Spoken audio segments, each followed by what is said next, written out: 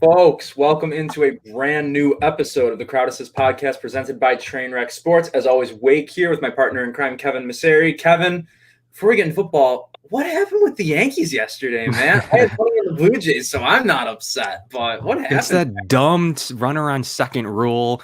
One hit shouldn't win you a game. It's just like running for 12 yards in football and getting an overtime win. Don't like it. I don't think it should be a W. I got it during the COVID season where you needed to move games along, but it's bizarre rule. And I thought they played pretty well. It's baseball. I mean, you're going to lose. You're going to win 40 and lose 40. Like right off the bat, you're 40 and 40. And then from there, it determines what you do. Yeah, exactly. I mean, like I had a parlay going yesterday, and I was stoked to get that hit. I had the Orioles underdog money line today too. So off to a good start here, but enough baseball talk. Obviously, got a great guest here to talk about everything the Bills have done in free agency and do our first ever live mock draft on the Crowd Assist podcast. Longest resume I'm ever going to read off for a guest, I swear. CEO of Sports Cube TV, sports director of 96.5 FM WUFO, and beat reporter for 1080 AM. Again, longest one, but still. Muki Hawkins, find him on Twitter at WUFO Sports. How's it going, Muki? How's your Friday going? It's going beyond good. I can tell you that. I'm having a great Friday right now. I ran out of, titles there, man. I had a few more, but it just couldn't fit. I ain't have enough words. If we had any more, I might still be rattling them off. So thank you for keeping it to 3. Before we get to recapping free agency, I'm excited to say the Cap does have a new sponsor. You see their logo in the bottom right corner there. It's Amherst Ale House. They've been serving up amazing pizza, wings, and beer in Buffalo since 2005. And even more notably, my personal favorite, their pizza tots. Tater tots with melted mozzarella cheese, cup and char pepperoni, pizza sauce on the side. It's so good. I miss it. Moved away from Buffalo 2 years ago now. It's weird to say it's been 2 years. And Amherst Ale House is easily one of the restaurants I miss the most. And since restaurants are opening now at larger capacities, they still need our help to get through the pandemic right now. So order from Amherst Ale House for your draft night, Sabres game nights, and every night in between. And now let's stop talking about those pizza tots. Muki, how would you evaluate what Brandon Beane has done so far in the offseason here? Well, Big Baller Beane, a.k.a. the burglar, is continuing to, brush up his skills for the draft, and he's still in free agency right now, So they're doing an awesome job. I mean, who would have thought like this great turnaround from trusting the process this quickly? I mean, the overall success that the team has had, not to mention what's going on from a front office standpoint, is unheard of when you think about organizations, how they're being ran, from an NFL perspective. Right now, the Bills are showing the league how you actually run a franchise, and they're doing an awesome job in free agency. They're going after veteran guys. They know that they are so close to, achieving the ultimate and going to the Super Bowl and winning it. Right now, they feel that you got to get those veterans to get you over the hump. And, right now they're doing a good job of that. Yeah, definitely doing a really good job of that. And, one of the guys that they've brought in who I've seen you posting on Twitter a little bit about, so I wanted to pick your brain, Matt Breida. I posted on Facebook. I'm working on an article now. I think there's a path for him to actually be the Bills' starting running back day one this year.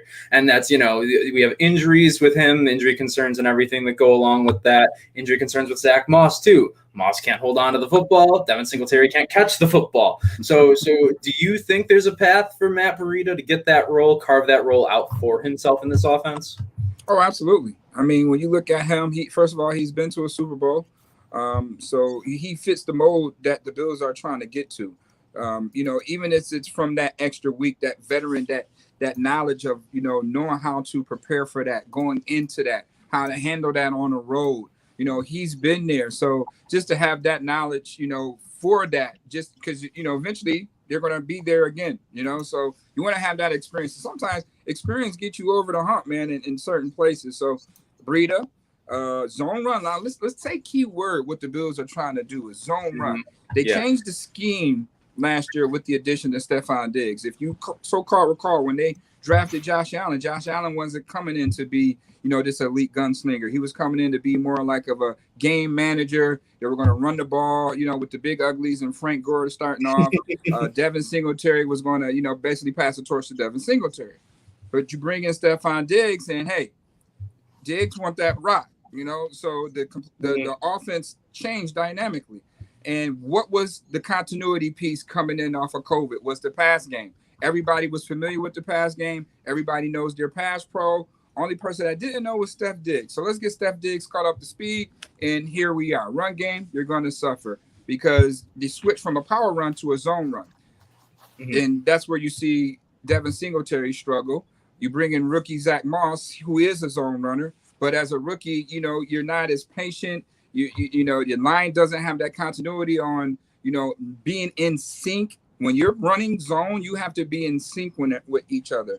And with no training camp, due to COVID, the run game didn't look good, in many's eyes. It was basically the eyesore that led to them, not having enough balance for Kansas City. So Breida's definitely going to come in because he's a 4-4 guy, and Singletary 4-6, Moss 4-6. So you got to have a little bit more dynamic speed at that position as well. So Breida is a definitely good piece. And you're right, Jake. He can come in and start. Yeah, I was a huge fan of him when he was in San Francisco. I was high on him in Miami because it seemed like they might do, between him and Tua, it seemed like a dynamic offense, at least the potential of it, at the beginning of last year before we kind of found out that Tua's maybe kind of like a lesser Kyler Murray, but we won't talk too much about the Dolphins today to keep it interesting, to say the very least. But it's nice to see that speed factor come in because now I said in the offseason last year, this offense is starting to remind me of the Kansas City Chiefs with a lot of guys who are really good at their one thing, and a lot of them are really fast. Guys that are hard to cover man on man, and Matt Breida just kind of adds to that, which is huge for this offense. Another guy we brought in, Emmanuel Sanders, so we'll just stick with that here. We talked about it a little bit last time we were on with Kurt Hallmesser, so we won't go too long. But are you worried maybe about a step back in production going from John Brown to Emmanuel Sanders, or is it more lateral, or do you think it's going to be like a step up? Oh, it's a step up, and this is no disrespect to Smoke Brown. But when you look at it realistically, when you looking at it from a football perspective, on third down, we could bracket coverage Steph Diggs, we could bracket coverage Beasley underneath. Okay, he's going to blow the top off, but separation. We need somebody that can get separation on third down. All three of our weapons need to create separation. In the event if those two guys get bracketed, Kansas City, wasn't getting too much separation when needed on those key third downs. And, he has the injuries, and the Bills coincidentally did go 5-0 when them being out. So, that cap number, didn't look too well, but when you bring in a guy like Emmanuel Sanders, the biggest thing, he can get separation. He can run the complete route tree. So that's going to help Beasley and Diggs in the long run. So I think that was a bump up by the Bills.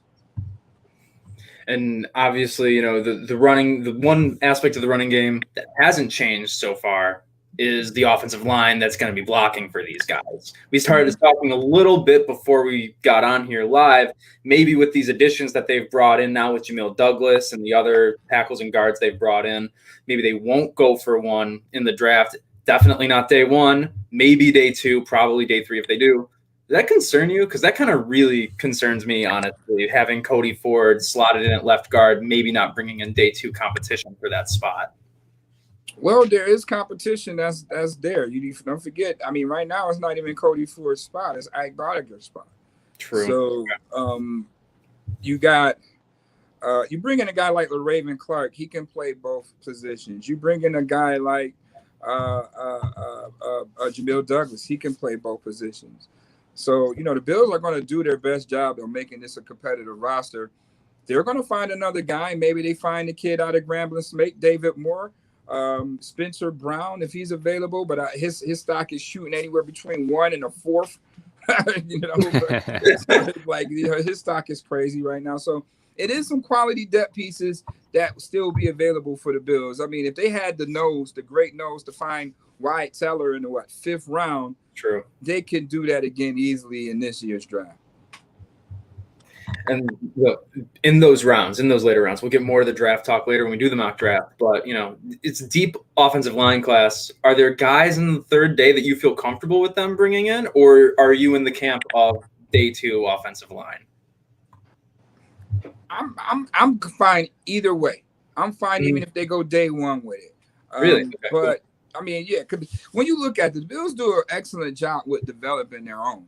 Once your coaching staff knows how to develop, then it doesn't matter what round a kid goes in. You look at all their previous drafts, all the guys that they're drafted, let's say about 85% of them has been an impact on this roster, and that's still on this roster. Very few that they draft that's not a part of this roster. So they know how to develop, and I won't mind either way, because you still have Trey Adams, that's on the practice squad, who was considered at one point, he was All-American coming out. So it's a development process. So you trust the process, and the development comes with that. So I'm fine either way. Tevin Jenkins is a beast, says Skyline 1-5. Not quite an offensive lineman, I don't think, but I think he's right. Tevin Jenkins is a beast. That's the LSU D tackler, right? If I'm not mistaken, right? Yeah. No, that's Tyler Shelvin. No, I don't know. No, that's the Oklahoma State's tackle. Tevin, I think his name is Tevin Jenkins. Yeah, it's Tevin Jenkins. He's the offensive tackle, exactly. Yeah, so from Oklahoma State. But is he a zone blocker? We can't just look at these tackles. We got to look at them how they scheme fits. Pay attention to what the Bills are doing with these veteran guys. All right, Bobby Hart, zone run. Jamil Douglas, they zoned in Tennessee. So that's the thing. They got to get guys that's more oriented to that scheme. Now, when they brought in Stephon Diggs and say, "Hey, we're doing zone," those guys up front probably didn't know how to run zone. Look at Feliciano. He's pretty much he's a run blocker, but he's not a zone run blocker per se. So you got to have those guys that fit that mold. And, that's why they're bringing in those type of guys. Just go and look at their highlight tape, and you'll see them blocking zone. Yeah, he's a big athletic tackle. They're saying he's going to be able to play multiple positions in the NFL. So could he play zone? I think it's very possible that you could see someone like his physical ability be able to play zone. But does he have enough of it on tape? That's something that you'll have to think about if you're looking to draft Tevin Jenkins. He is a beast, and a lot of people are saying he has the potential to start day one. He's going to probably be gone, though. I mean, I got him in the 20s, so it's a possibility he could be there, but the Bills might not have a chance at him. So I have him right around the early 20s, so I don't anticipate him being even available for the Bills if things go the way due to his position versatility and being a day one starter. Yeah, it's going to be some juicy picks. It's going to be some juicy picks at 30. It's going to be some head scratches. It's going to be, man, I thought that that's right. was going to put a trigger on this guy. I'm telling you, it's going to be something exciting at 30 if they don't trade back. Just like Ed Oliver. I mean, we didn't anticipate Ed Oliver being available. I thought there was no way he would be available at that pick, and I think the Bills ran that pick up, and he's starting to develop into his own now. So I think it's going to be the same at 30. Who's going to fall and who's Beane going to swing the trigger on? Because you saw him do it with AJ Epinesa last year. He's going to take the best available player on his board and work with it. We have a comment here. Being such a good job of setting up the board and taking the best player. Exactly. Exactly. If it's a linebacker, he's going to take him. If it's running back, he's going to take him. I mean, I don't count out receiver even. If there's a guy there that he likes that can develop long-term, I don't care how good the room is. He'll probably take him. But it's going to be a lot of best available players at 30. It's not just going to be one just sticking out. It's going to be a handful of them sticking out at 30. That's why people like to trade up there. So could there be a trade potential there to buy that fifth-year option? I'm interested in a trade only if I get good value. I don't want to trade 15 picks back, lose those players we're talking about here today, lose that fifth-year option to get like a late third. It's not quite enticing enough for me to miss out on the potential of that fifth-year option, which you use in negotiating like you did with Trey White and others. I need a good trade back. I need another late second to trade back. That's just where I'm at. I don't want to trade back for a pick in the 90s. So you would want a second in the early and a late second, or at least like an early third, really. Yeah, early third. Depending on how far back you have to move, but I want the value there. Yeah, I had a proposal at one point, like, well, if the Bills will move back just to accumulate a fourth round pick because the Bills don't have one, right? So I was like, who has the most draft picks in the draft, and who would entertain moving up with the Bills a little bit? Let's think about Jacksonville. Jacksonville picks 33rd in the second round. They would love to move up to a couple of more spots just to have a third first rounder, another impact player right away, especially a guy that they have high on their board. We can move back to 33, accumulate a 4th round pick. We'll take Jacksonville 4th round pick to move back 4 spots.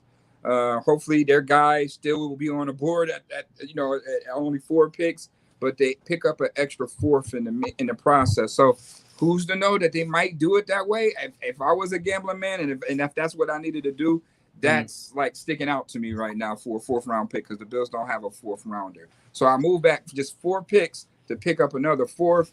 I can entertain that and still live with the sacrifice that one of my guys that I have on that board at 30 still might not be there, but I still have a few more guys that's on that board. It's a great decision because I had Jacksonville listed as a trade candidate as well, but just a little different reasoning. I think they could use pick 45 and 65 to come up and get it done too, so that they have a pick in the late first and early second. So is that enough? The first pick of the 3rd round to move back 15 spots? That's about where it's valuable enough for me to do it. I mean, you're talking about adding a premier 3rd round pick, the top of the round. That equals out on the chart. That's what I'm talking about. I don't want to move back. Now I'll do Muki's trade. I'll definitely move back and pick up that 4th for sure all day. I just don't want to move back 10 spots and get a high 4th. It's just starting to get risky. Yeah, you want to buy yourself out of your pick. That's right. You want to still be in a hunt for them. So I figure like, damn, I can move back 4 spots. Now, if all 4 of my best available players go in that sequence, that's just a damn look at a draw. What are the odds on that happening? Just to get an extra 4th. So that's the trade that I think that could definitely be a possibility. It could be a possibility if the Bills are looking to trade back, but they always trade during the draft. It hasn't been a draft that they hasn't. Yeah, and especially if some of the offensive tackles start to fall too, get someone right away that can protect Trevor Lawrence and be with him, also having a 5th-year option. Is that I know Jacksonville, I think they're also picking in like the teens, aren't they? If I'm not mistaken, like 18 or so. So maybe that's where they can take someone like Samuel Cosmi. But let's say Jalen Waddle or one of those receivers falls all the way there, and then then there's a run on receiver, and then the tackles start to go in the late round. So that'd be something interesting for Jacksonville there. So we're going to be talking so much about the Draft Network and using their mock draft machine. I did want to shout out Joe Marino. He did a really cool piece today. You guys know the last time the Bills had the 30th overall pick and what they did with it? Probably not, because Kevin and I weren't born yet. Muki, I'm not going to ask you how old you are live on the air. And I don't think it goes back this far. The 70s? 1970, they took Dennis Shaw out of San Diego State, the quarterback, and he was only with them for 4 years or so, started for 3 years. But that just shows how long it's been since the Bills, obviously been in the late parts of the draft like this, but just been in pick 30. Like, I didn't know – Dennis Shaw isn't on my list of, drought quarterbacks. I've never even heard of the guy. Obviously, it's before the drought, but, you get the point. I wasn't born when he was drafted. I didn't think so.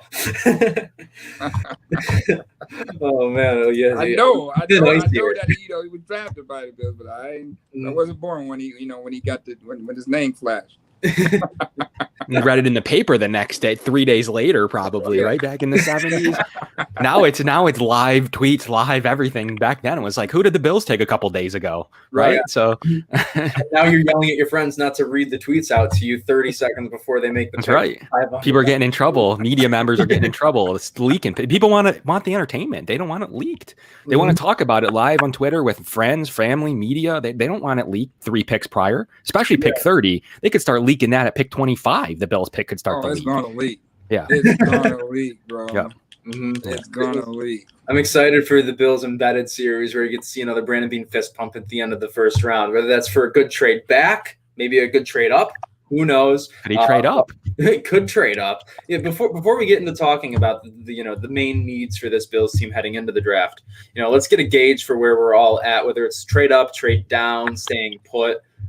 I can say I'm absolutely don't trade up on that team. I don't want, we already are missing the 4th round pick. We do have an extra 5th, but still, this is a draft where good players, because of the nature of the COVID college season, the COVID scouting season, good players are going to fall. And I trust Brandon Beane and his scouting staff like they've done for the past couple of years. And even Sean McDermott, when he was here, basically being GM alone by himself, they find value for the most part, and they're good at evaluating in the later parts, especially finding Gabriel Davis.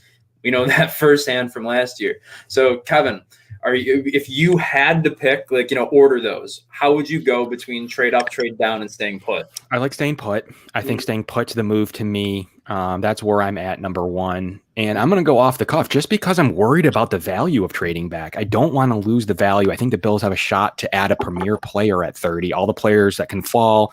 Got to be careful with trading back and getting into the range of, now you're talking more about projects like AJ Epinesa. Sure. They have a couple projects on the defense already. I don't know that I want to add another one to that at corner or another position. I'm number one, keep that pick because you're going to get one of your best available players. Keep it, and you're going to rock with that. Number two, I'm trade up. I think you can get a great deal getting a guy that fits your defense or offense a couple of picks earlier, and not just like we were talking about Jacksonville, and maybe not spending a huge chunk of change to do so, maybe a 2022 pick, and keep those picks this year. I think that if that is a player that you can add to your defense, a cornerback day one that would come in and start, maybe it's the running back you're looking at. You worry about ETN going in front of you, Najee Harris. So I think that if there's a run at a position and they getting worried, I think trading up is fine. And still watch out for linebacker. They love a lot of these linebackers. Mm-hmm. If they trade up for a linebacker, it probably wouldn't be popular, but that would leave you to believe, what are they doing with Edmonds in his fifth-year option? But I think that linebacker spot is something to watch on early in the draft. I think they're interested in it. And I think they're interested in adding another piece of talent, at least to replace AJ Klein next year. So a lot to look forward to, but that's how I order them. A lot of people are going to put trade back first. I just need that. I'm fine with trading back. I just need that value, and I don't want to put myself into range of that weird AJ Epinesa range again, to where really late fallers, is he going to develop early? Are we going to have to take 2 years? The time is now. They don't have a ton of time to sit on developing players. They don't have a ton of roster spots, right? Let's be honest, after what they've done this week, they don't have a ton of roster spots. Go out there, get a day one starter at corner or premier running back. And if you need to trade a 4th round pick next year to do it, okay, so be it. So I'm where do you stand, Muki? Right now, I would stay at 30. Yeah. And when you look at the Bills roster right now, we're talking about the roster this up and coming season. We're not talking in the years to come or whatever the case. How the roster is built right now, you keep that pick. You look at all the moves that's been happening. And one move that hasn't been made, one, is cornerback. It has not been a free agent cornerback move. All right, so that's letting you know Bills are looking for corners in the draft. There has not been an edge rusher deal other than J.J. Watt in free agency. So right now, those are the top 2 right now that's high on the Bills list. And then, yes, you do have linebacker. We're talking about Coach McDermott, somebody who's pretty much invented the hybrid position back in Carolina. He hasn't really drafted that hybrid guy. Now, he converted Matt Milano into it to a degree, but it's not all the way hybrid, than opposed to all these hybrid linebackers you see coming out here in this year's draft from the kid from Notre Dame, from the kid out in West Virginia Tech. It's a lot of hybrid guys. Look at Jacoby Stevens from LSU, Jabril Cox. Xavier Collins is a guy who can rush the passer and cover at 6'4", 260. So I'll stick 30, but if I could move back, I'm going to move back to where we are at 33. I'm only going to move back only those 4 just to make sure that my guy is still there. I think it's edge rusher. And if Uwe is there, I'm taking Uwe. I'm sorry. I don't care what they say about, he didn't get much experience or he didn't get a sack last year. You cannot teach 4-3-6 at that size. All right. And that's the only thing that the Bills was lacking up front is 3rd down. We're not getting after the quarterback. Now, if the Bills can develop this kid just on get off, if he knows how to get off, 4-3 goes in effect immediately. So that's all they need to really teach him if he ain't got that. But you can't teach 4-3 speed. So I would have to go Uwe right now at 30 as a luxury pick. If I feel that he could slide at 33, then I'll trade back. He'll still be there. I still got my guy, at 33. The trade up, I don't think it's feasible for the Bills to trade up. Why would you trade up to get a running back when Breita's there? If the Bills trade up to get a running back, somebody's getting traded. Devin Singletary will be traded. You already you might don't be need getting to, traded, you in my don't, opinion, but that's another topic. right, you don't need to move up to get a cornerback because it's a cornerback late in draft. And then furthermore, the Bills went to the AFC Championship, game with an undrafted cornerback at number 2. Levi Wallace is undrafted. So if they can, get that far with an undrafted cornerback, you really don't need a bona fide. You don't need to reach, for per se a Patrick Surtain or a Khalid Fairley may slide at 30 to them, but once again, like I say, it's going to be a lot of best available players at pick 30. That's right. We just have to see what route the Bills need to go. And I don't think they need Wu. an impact starter per se, because when you look at the trade they did with Steph Diggs, that was obvious that everybody's back, so there's no room for somebody to come in and start. It's room for somebody to be an impact in a situation, basically like a passing situation or a certain run package. So right now, Bills are looking for quality depth and dynamic rookies that they can develop later on. Yeah, and speaking of the guys that they're going to be looking for, we'll take a look at who the Draft Network deems are the Bills' most important targets by position in the draft this year. Some things I don't necessarily agree with, and that's why we're going to talk about it. Listing wide receiver as a primary need is a little bit bizarre, in my opinion. Secondary needs, I'm not sure if I'd have tight end there, but running back and interior defensive line, definitely. Something about just bringing in another developmental tight end when they already have, Tommy Sweeney, Dawson Knox, bring someone in the same mold. I get why you do, because tight ends are usually, a couple years away from impacting in the NFL right away. And then ancillary needs, which I had to Google the definition of that word, offensive tackle, interior offensive line, which I think could be a little bit higher personally, safety, linebacker, and quarterback. And then obviously the draft picks there. So Muki, is there anything here that's glaringly wrong to you, or do you think they have it right? They don't have this right. I don't even think it's close. If this was put out before free agency, okay, I understand to some degree, but we got to shuffle the deck there a little bit. Linebackers right now is a primary.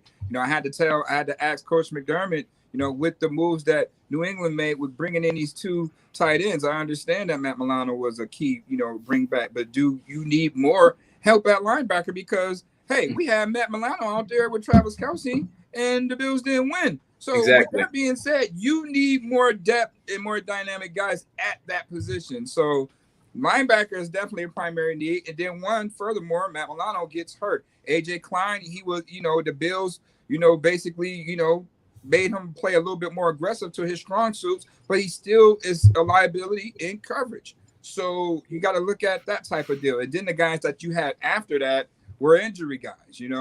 Dobson came in and played like a dog, during that Miami Dolphin game. He's definitely showed promise. He's earned a spot on the roster, but you need to get more players, at a surplus of linebacker right now at a need. Dude, just imagine Divine Diablo at 6'4", 230-pound safety walking down as a will right next to Tremaine Edmonds, who's 6'5", 260. I have nightmares about that. Size and speed, man. You got to get guys that can run with the cheetah. Eric Stokes is out there. He could be potentially brought in at 30 just because he can run a 4.25. So, and he's 6'2". So it's definitely some guys. You like my guy put up Fidi Melifonwu, 6'3", 195 pounds, rangy. Definitely likes to come up and hit. You got Trill Williams, another Syracuse guy. The Syracuse Scouts, all right. Boston College, Syracuse, they pulled from there. There's some of those scouts were on those staffs prior to their time in Buffalo. So maybe might be some Syracuse blood being drafted, or some, hey, Boston College with Matt Milano already in the works. So, it's that way. I mean, you can it's a surplus of corners that will be available if you feel that any one of those guys can beat out Levi Wallace.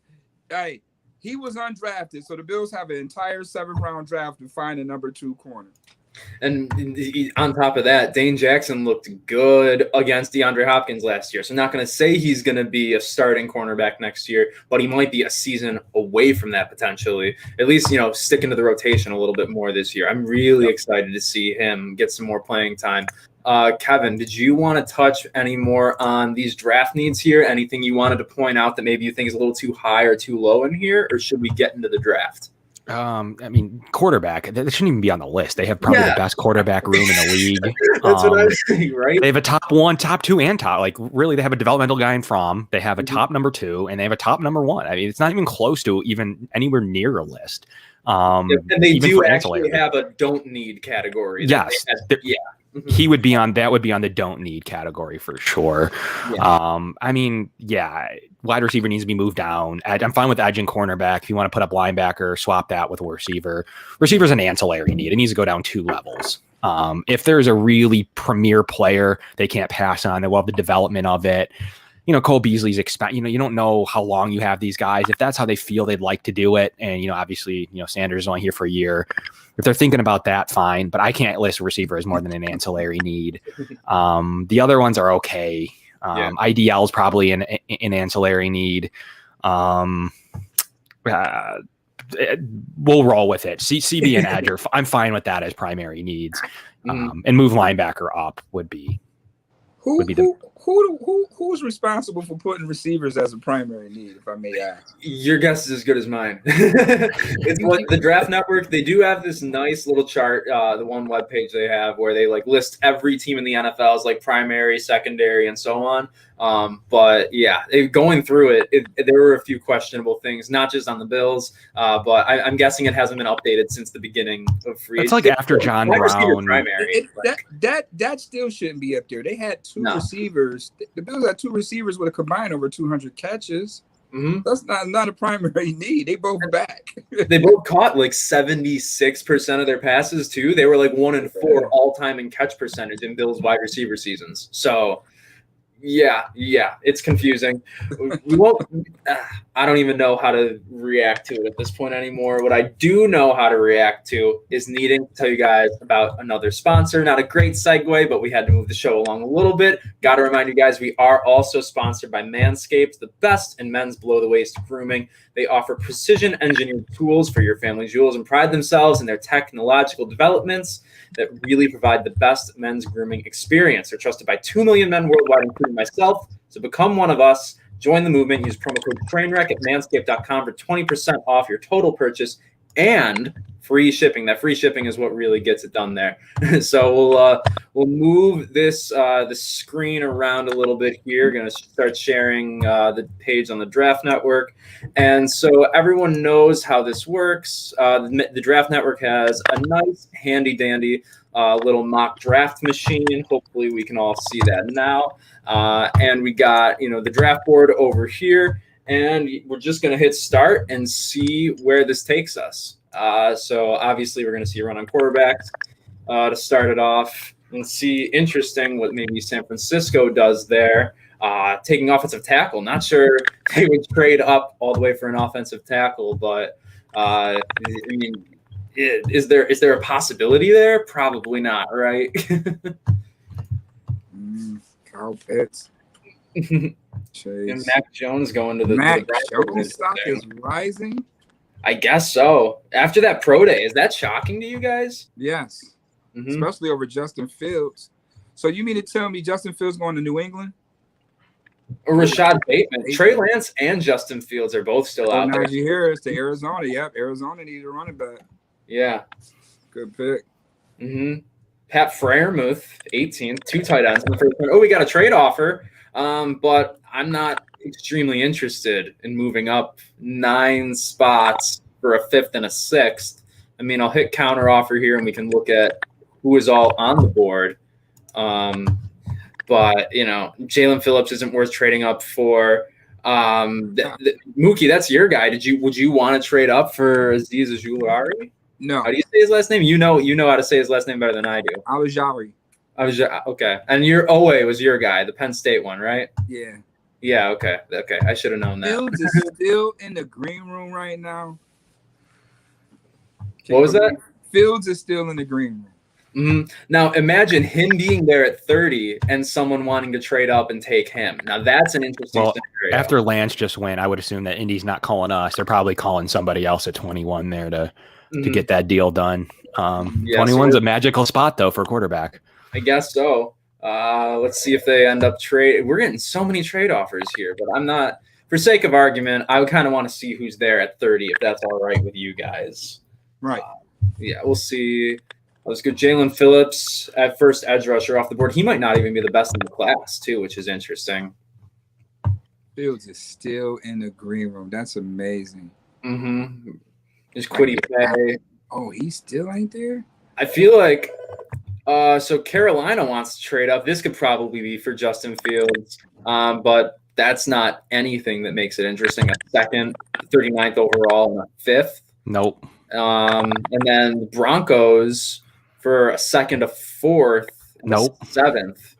Yeah, I'm not feeling that either. So, Muki, did these trades interest you at all for trading back, or would you need something? We stick in that 30. We stick in that 30. If they want Fields, they got to come harder than that. That's nothing. So let's see. We got Jason Away here. Is that your guy? Is that who we're gonna go with? Attack edge rusher. Picking? Is this my pick or is Kevin first? I was gonna say this is a collaborative effort. All right, so here we go. We got Justin Fields. We got Travis Etienne on deck. We got Eric Stokes, Savin Collins.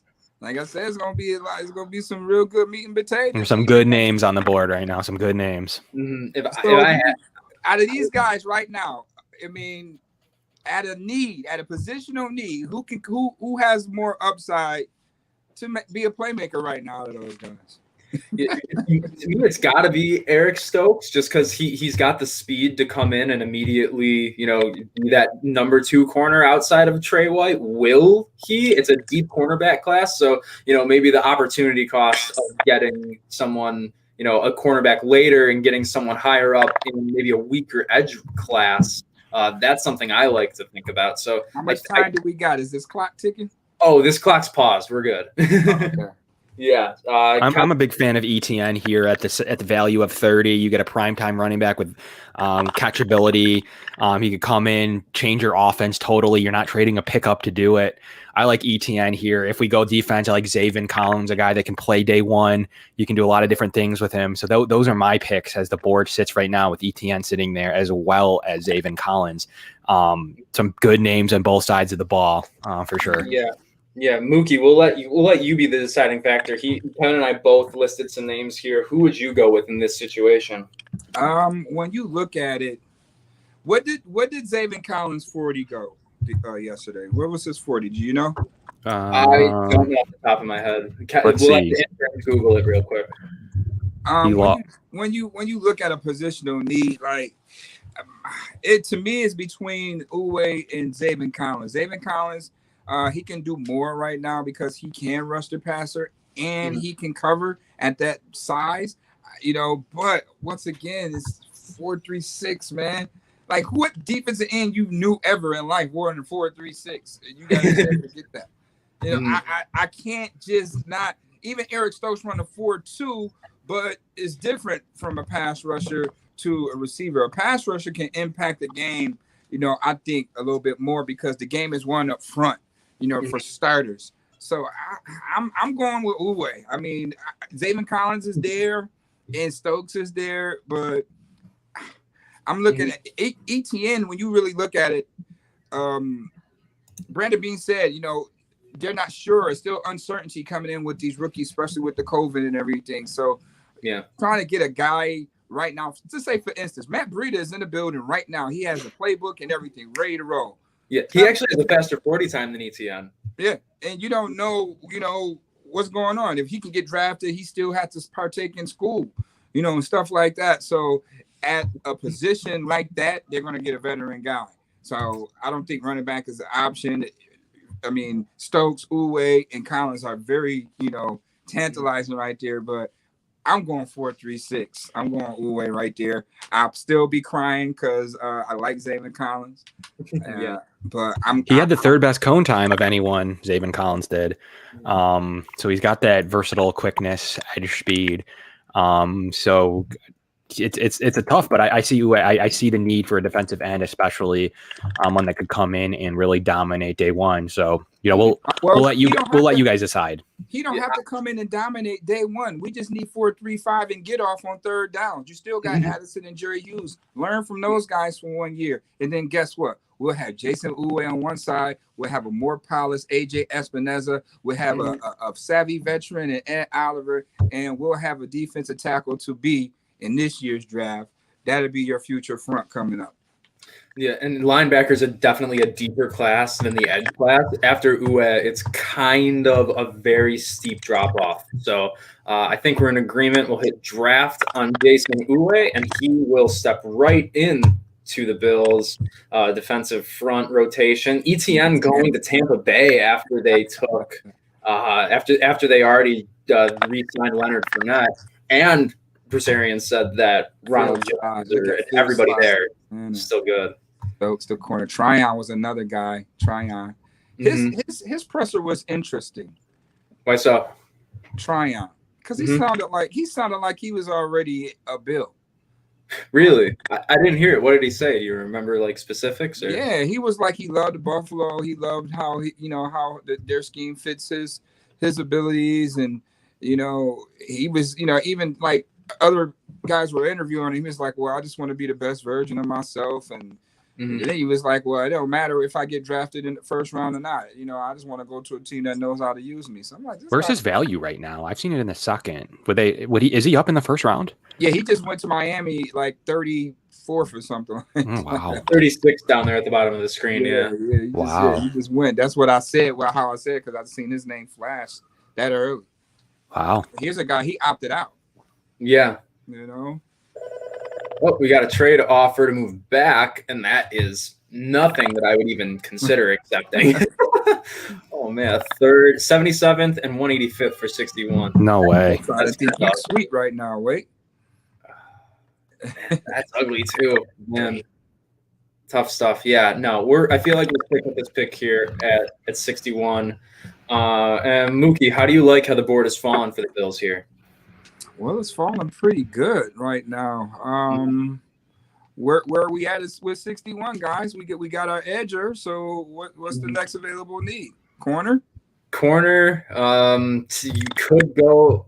I'm in favor of offensive line, but right now there's really no one there that kind of fits that. I'm not a huge Brady Christensen fan personally. I mean, he could be a good guy, but I feel like he'll kind of just he'll fall into the depth of the offensive line already.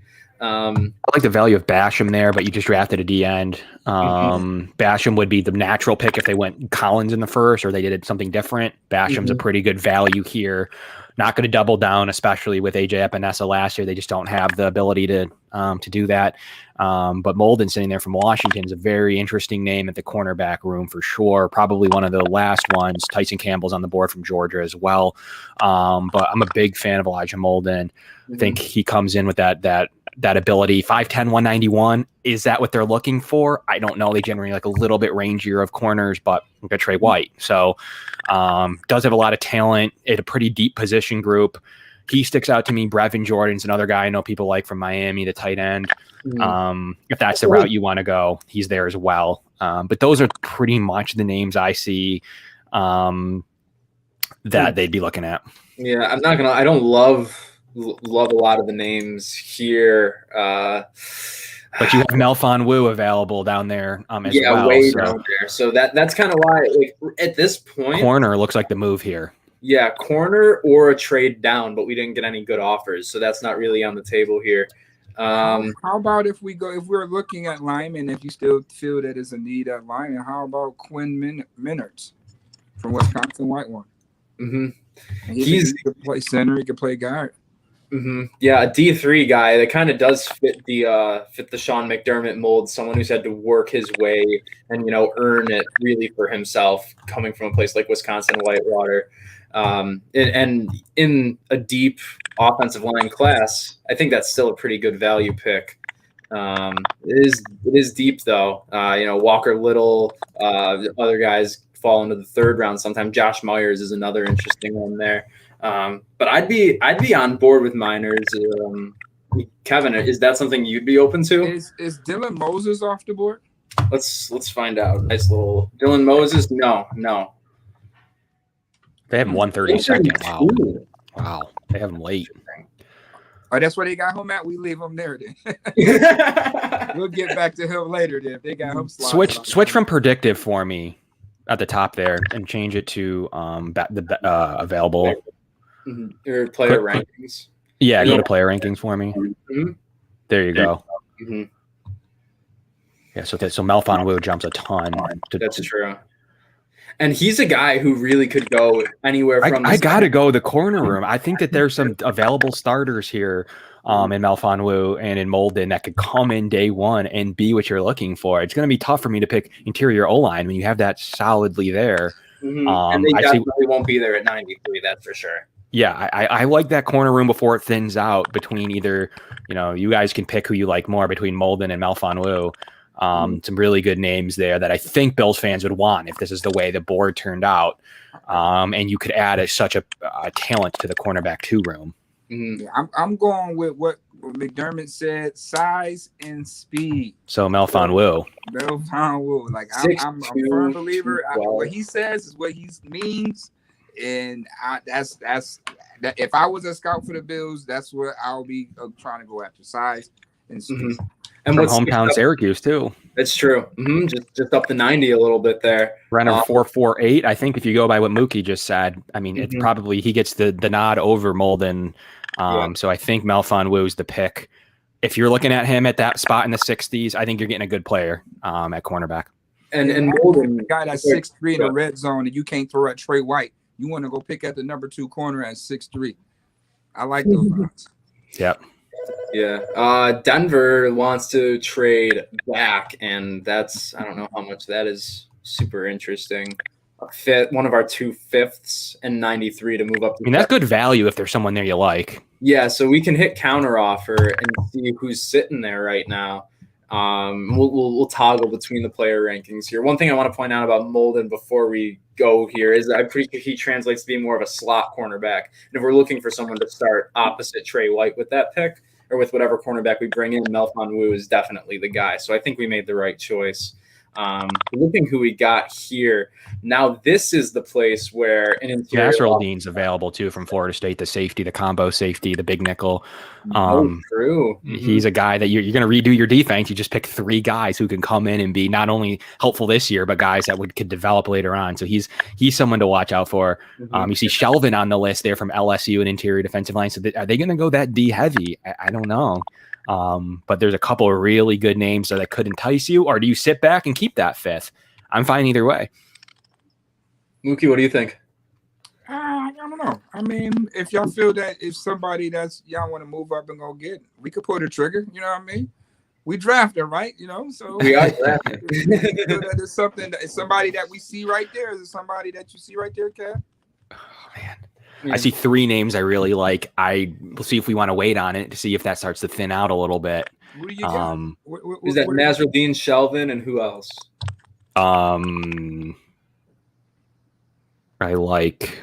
I personally like Brevin Jordan at some point as you're starting to get later, but I'm not going to trade up for him. I like Andre Cisco from Syracuse. I don't know if they're going to go back to back on Syracuse DBs, but he's there as well.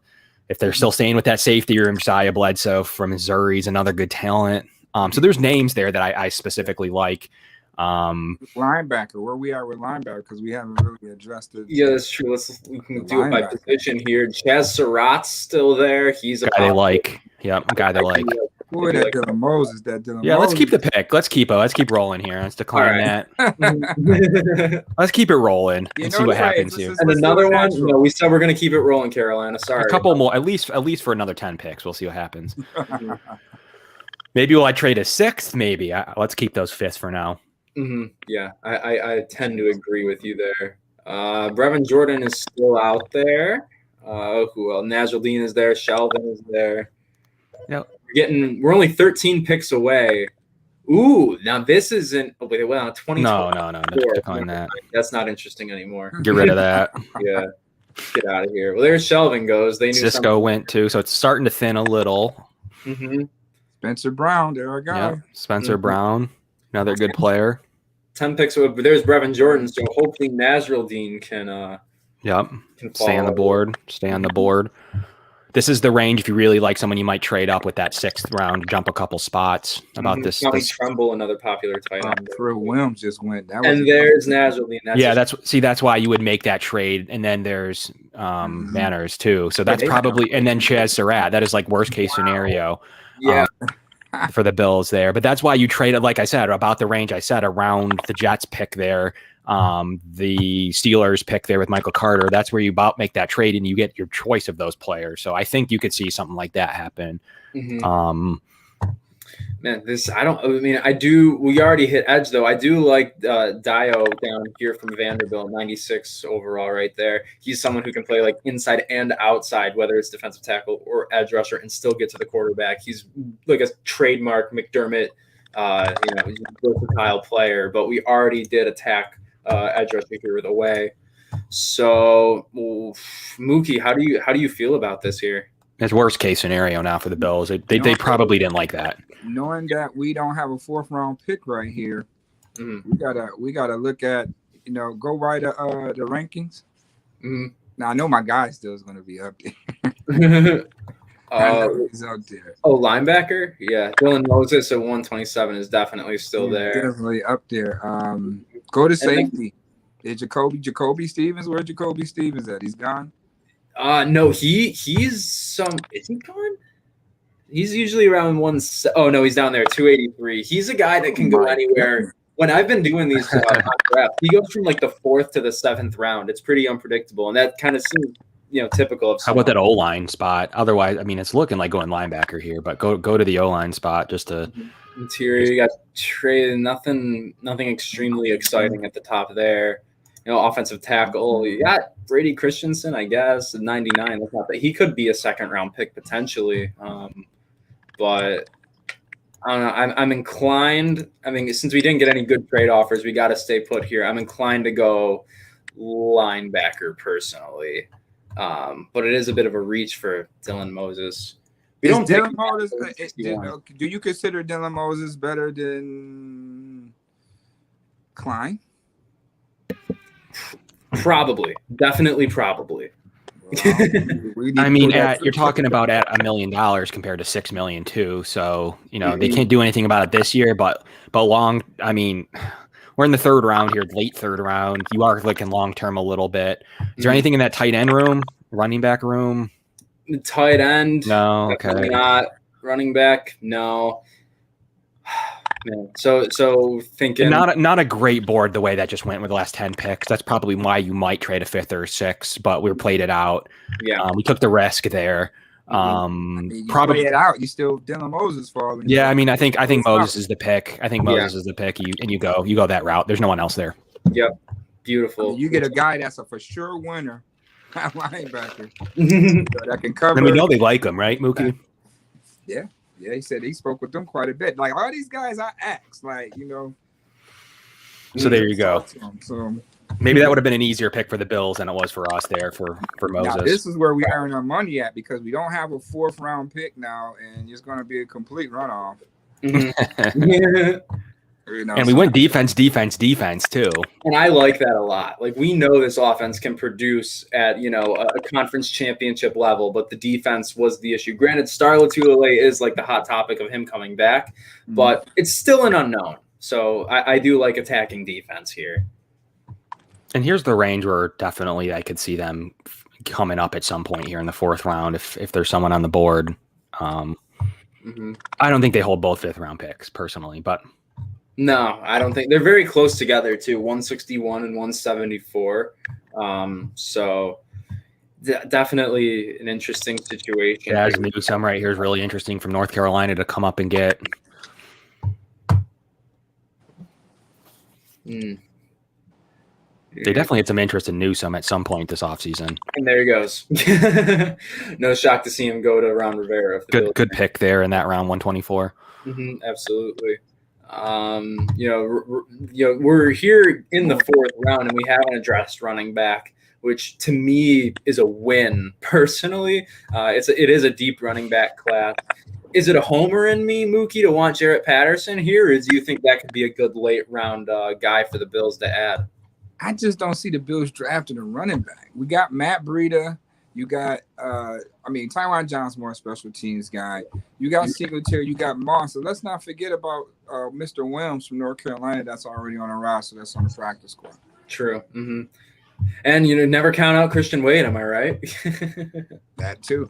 Returner. He's got tons of rugby experience, and I think his path to the roster is returner. If he can beat out the other guys returning the football, that's how he gets on the roster. The return battle is going to be extremely interesting for the Bills this year at training camp. Between Isaiah McKenzie, Tywan Jones-Powell, who they brought in, and even Christian Wade. That's if they don't add another mix here. I mean, they love returners. They might go Newsome in some point in the 4th round if they want to come up. So I do know Breida return kicks as well. Yep, you got Breida. Tywan Jones will. Yeah. So they've got names. Mm-hmm. Sam Ellinger there goes a quarterback for the Vikings. Not sure how to, what to make of that with Kirk, but it's okay. All right, so we're here. We got Anthony Schwartz out of Auburn, who's actually someone that has met with the Bills, which is that's an interesting name to still be there at 161. Is this the time where we do address offense? I think because we've kind of stuck to the defense for the first 3-4 rounds of the draft. Let's check tight end. Checking tight end. It seems like we may have missed the boat on some of these guys. Trey McKitty isn't bad. What's his rank? 167 player rank there. Yeah. That's interesting. Trey McKitty. Now, Trey McKitty was at Florida State originally. Now, he was more of a receiver type guy. When he came to Georgia, he was like a hybrid tight end. He could play fullback at 6'5", 260. He could play in, and you could flex him out. When you do want to need a big guy, a big fullback type of guy to help your offense, and I did see the Bills trying to use that H-back type of deal with Lawson, but this guy's more prone for that. I mean, the Bills do need to draft another tight end. So I don't know when do they do that, but yeah, I like McKitty. It starts to thin out quickly. So he might be the best blocking tight end left. And with the departure of Lee Smith, and that's not exactly Jacob Hollister's MO either as a blocker. McKitty might be the smart pick here, to be honest. And again, the tight ends do develop in the NFL. They don't usually contribute right away. So with Dawson Knox in his 3rd year, having one developmental tight end who should be breaking out soon and having one in our back pocket isn't a terrible. Yeah, I go McKitty here. Let's take him off the board. Love wrap up tight end for the pick 161. He was like 167, so that was kind of like right on. Schwartz comes immediate after that. Now Schwartz do his run, anywhere between a 4.2 and a 4.3. He's a guy that could blow the top off of a defense. Mm-hmm. Another guy, speedy receiver Austin Watkins, is still there, and we are up in just a few picks. So there's a shot that could be adding 2 young pieces to the offense here. Let's see how this falls.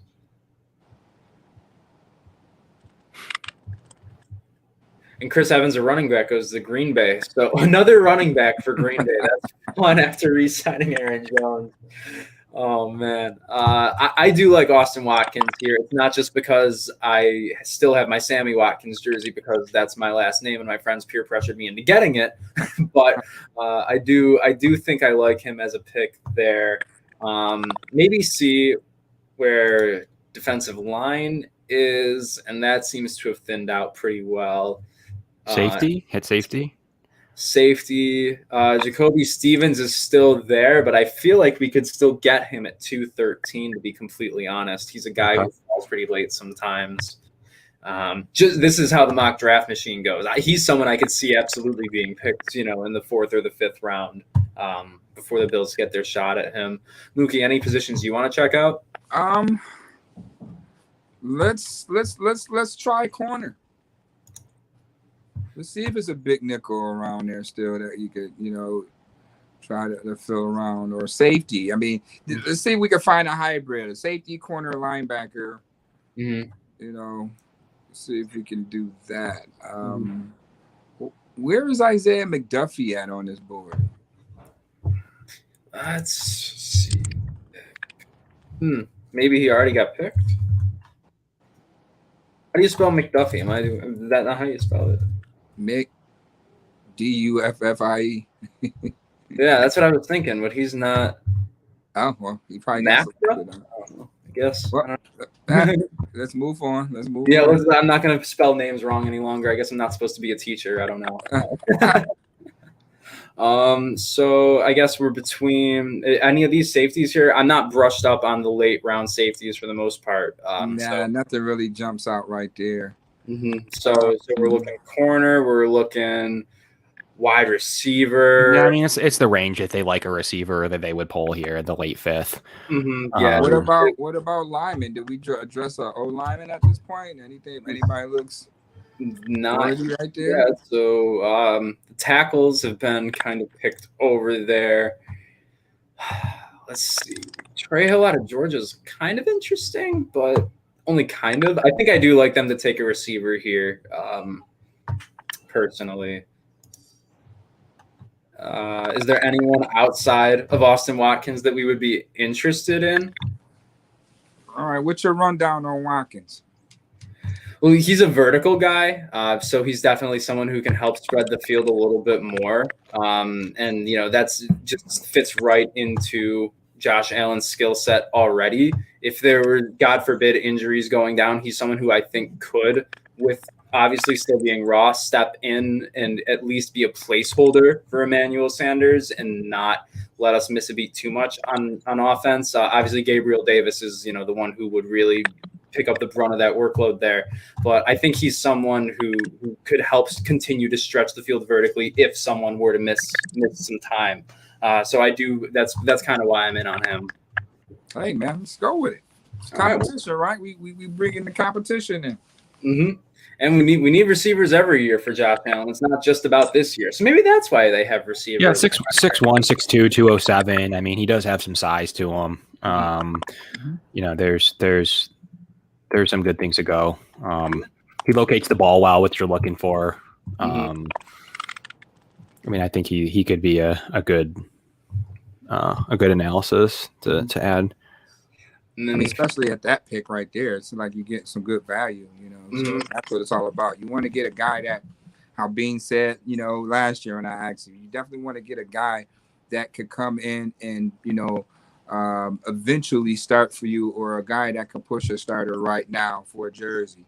Is he good enough to, fight for a roster spot at that pick? So, I think Austin Watkins has that value. And we're coming up slowly but surely on pick 213. And from what I've seen, Jacoby Stevens is still out there. And that's someone who I would love to get in the 6th round. I think that could be a really good value.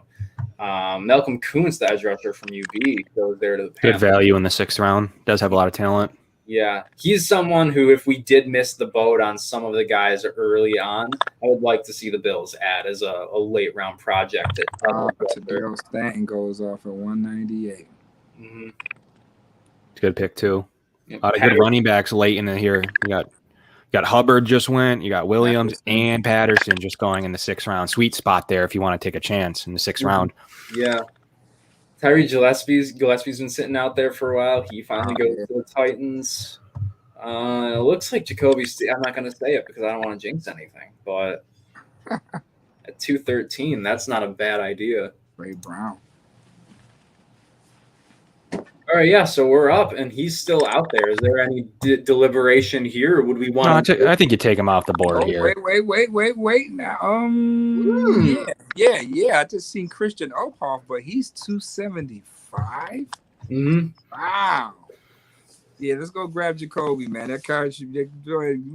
He'll go higher than there's. I think he more in the 5th round range, anyways. I would agree. That's a guy who having those 2 5th-round picks could really benefit to getting. I like Christian Uphoff as well. So double down. I mean, we saw them do it with who was it? Austin Prohl and who else at the end of the draft, 6 and 7 a couple years back. So they're not opposed to doubling down on one position in the draft. They did it with Verjao. Matt Milano was drafted. Then what was his name? Vallejo? Yeah, Vallejo. Vallejo, yeah. Milano. Sorry, I'm butchering his name. Yeah, no, they did double down there for sure. And now we're into the 7th round. Last pick coming up here. Luckily, we get to go to not really bet earlier, but get out of the day 3 of the Bills will use this pick now as an undrafted free agent they didn't think they could sign, rather than maybe the best available. Mm-hmm. They do it all the time. Yep, and we'll hear from Brandon Beane. We had no idea this guy would still be there in the 7th round. Is Uphoff still there? At safety, he is. I mean, with anybody else y'all got? That's on this board? No, double it down. You might as well bring in talented players. Yeah. Christian Uphoff. Now, I asked Mel Kiper who was this year's Jeremy Chin. And he's like, man, let's just stay in Illinois State. Christian Uphoff, 6'3". You know, he can play all 3 DB positions, and he's a return specialist. Yeah, that's a no-brainer. That seems like that's the prototypical. Seems like he'll probably go higher than 236, to be honest. Yeah, he should, but if he's there, yeah, I'll be screaming. I mean, you know, y'all after this draft, guys, we put this up. Go check out the highlight tapes. I think we did an outstanding job. I think we won the draft. Yeah, I think so too. We'll be putting this draft together in an article up on the Trainwreck Sports website so that you guys can see who we picked and get a little glimpse as to why we did. But addressing edge rusher, cornerback, linebacker, tight end, wide receiver, and doubling down on safety, I don't know if there would be a lot of people upset at this, except for the fact that we didn't get Travis Etienne. Only the running back fans would be upset, I think. Yeah, I mean, just look at the namesake of these guys we picked. I mean, the names. You know, we drafted big names at in late rounds. You know, like we talking AP All-Americans. You know, we're talking national champions. You know, we're talking dynamic guys. This is probably the best draft I've ever been a part of. Well, that's high praise for the work that we've done here. So I think that there's no better time to leave the show here than now. Muki, really don't want to keep you long because we've been on this show for over an hour now, but really appreciate you. It's been a blast talking with you. Hopefully we can circle back after the draft and evaluate what Big Baller Beane does. But in the meantime, tell the listeners where they can find all your work, because we know there's a lot to go around. Oh, man, it's a lot to go around, man. You can catch me on Twitter, Instagram, Facebook, underneath a rock personally. But, yeah, I'm there. Waffle Sports 1080. I do a radio show every Sunday at 96.5 Power FM. And I was in a staff meeting before I got here. We're going to be doing some late night sports live on the radio. Hopefully, you guys can join me at 10 o'clock on Monday nights and Wednesday nights on Power 96.5. I shoot the message and we'll be there. You know, say the word. We're at your disposal. Thank you again, Kevin. Thanks as always for being here. Thank you to Amherst Pizza and Ale House, their debut episode as an official sponsor of the Crowd Assist podcast, and obviously, thank you to everyone who tuned in. We'll be back next week with more draft coverage. Stay tuned to Degenerate Danger Zone for MLB betting. Happy Hour Hoops doing a lot of stuff for college basketball this weekend. So loads of content coming out from Trainwreck Sports, not just here on the Cap. Thanks for tuning in. We'll see you next time.